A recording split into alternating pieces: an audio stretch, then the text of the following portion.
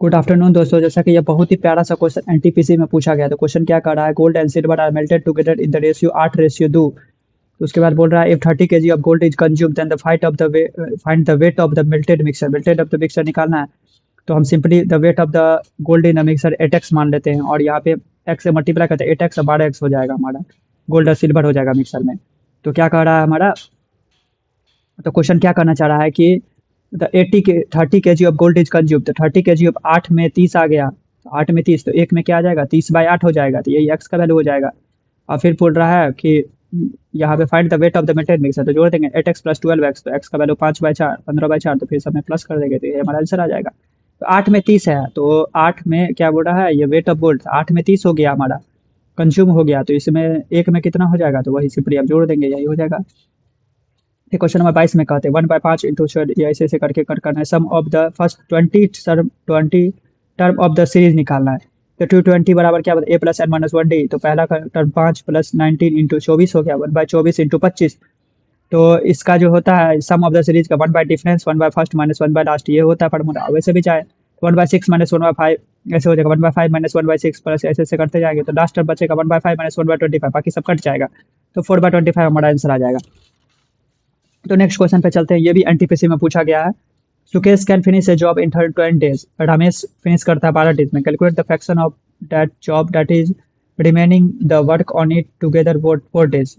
तो let the total work भी 1 है, तो 1 डे वर्क क्या हो जाएगा, 1/, क्या सुरेश के लिए 1/10 हो जाएगा, रमेश के लिए 1/12 हो जाएगा। तो टोटल वर्क डन क्या हो जाएगा, यहाँ पे work done by both the 11/60। तो 4 डे वर्क किया गया है।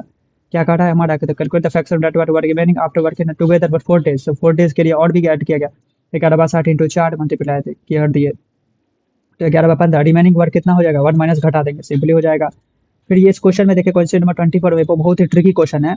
Student goes from college to hostels and speed of 4 kilometre per hour, return फिर आ रहा है 3 kilometre per. Find the if the is going from distance travel by college in the hostel पर, ये कर रहा है। तो टोटल टाइम बराबर T1 + T2। पहला डिस्टेंस बाय टाइम, फिर डिस्टेंस बाय टाइम कर देंगे, टाइम बराबर distance by speed, distance by speed, यहाँ से D बराबर 12 आंसर आ जाएगा।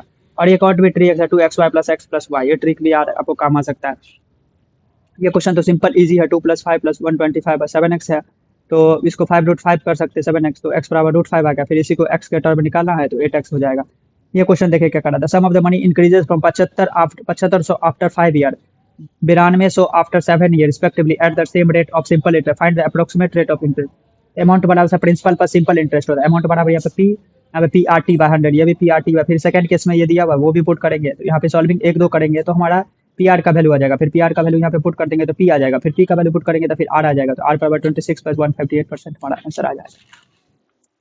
फिर नेक्स्ट क्वेश्चन चलिए क्या करा, और 500 स्टूडेंट में 350 प्ले करता है क्रिकेट में, 125 करता है कबड्डी में, 75 प्ले करता है कुछ में नहीं खेलता है। तो क्या करा है बोथ द स्टूडेंट, तो मतलब 500 में से हम 75 घटा देंगे तो क्या हो जाएगा, 425 आ जाएगा। इस दोनों को जोड़ेंगे और इस दोनों में से जोड़ेंगे तो उसके क्या आ जाएगा हमारा, यहाँ पे इस दोनों को जोड़ेंगे तो हमारा आ जाएगा 475। 475 में से 425 घटाएंगे तो 50 स्टूडेंट है जो दोनों में खेलते रहेंगे, तो 50/500 इंटू 100 बराबर 10%। ये मेंटल एबिलिटी का क्वेश्चन है, थोड़ा सोचना पड़ेगा, एक बार में नहीं होगा, 10 बार सोचेंगे तब होगा। तो ये लॉस है, एसपी दिया हुआ है तो कितना हो जाए, यहाँ पे सीपी दिया हुआ है, यहाँ पे लॉस दिया हुआ है। तो सीपी 1 माइनस लॉस का 100 इक्वल टू एसपी। तो ये एसपी का फॉर्मूला ये आ गया हमारा सिंपली। साइन ए कॉस भी है 3 tan A tan B ये दिया हुआ है, तो tan A बराबर tan B 1/3 थी। 1/3 कब आ सकता है, ये सोचने वाला क्वेश्चन है थोड़ा सा। तो tan A कब आ सकता है, एक ही का वैल्यू में, यहाँ पे 30 डाले तो 1/√3 है, बी बराबर 60। तो 30 60 का वैल्यू आ जाएगा, तो सिंपली हम पुट कर देंगे जो भी पूछ रहा है। कॉट स्क्वायर पूछ रहा है तो कॉट स्क्वायर 30 का पुट करेंगे तो 3 आंसर हमारा आ जाएगा कॉट स्क्वायर 30 में।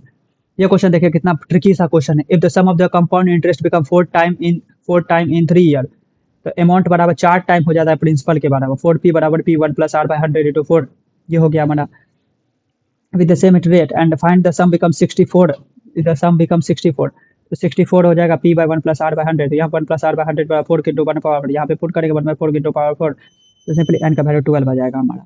we calculate the positive number when it added by 15 time equal to reciprocal है, तो x + 15 और को रेसिप्रोकल हो रहा है तो 100/x, तो x का वैल्यू निकल जाएगा हमारा।